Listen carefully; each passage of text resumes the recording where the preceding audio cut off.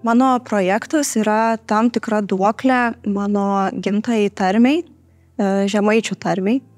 Kadangi pati esu iš Žemaitijos, tai man tai yra be galo svarbu. Tai pamaniau, kad sukursiu projektą ir atkreipsiu dėmesį būtent į šiek tiek nykstančias mūsų lietuvių kalbos tarmes.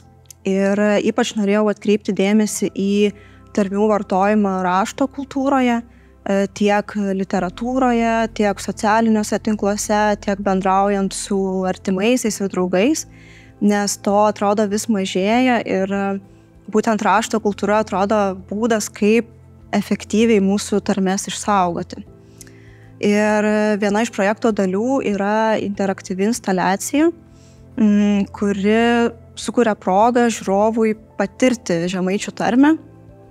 Tai procesas vyksta taip, kad ant paviršiaus laksto tokie neaiškus balti spinduliai, bet juos sekant markeriu pamažu pasirašo žemaitiškas sakinys.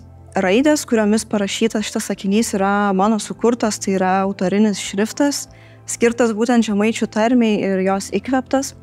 O pats tekstas, kuris atsiranda paviršiuje, yra man labai brangus žemaitiškas sakinys.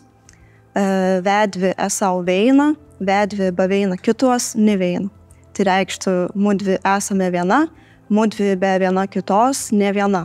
Tai čia labai trumpai apie mano ryšį su žemaičių tarme ir bendrine kalba, bendrine lietuvių kalba, kurios mano galvoje ir mano kalboje visada pastoviai persikeičia ir maišosi ir yra tapusios tikrai tokia neatskiriama mano tapatybės dalimi.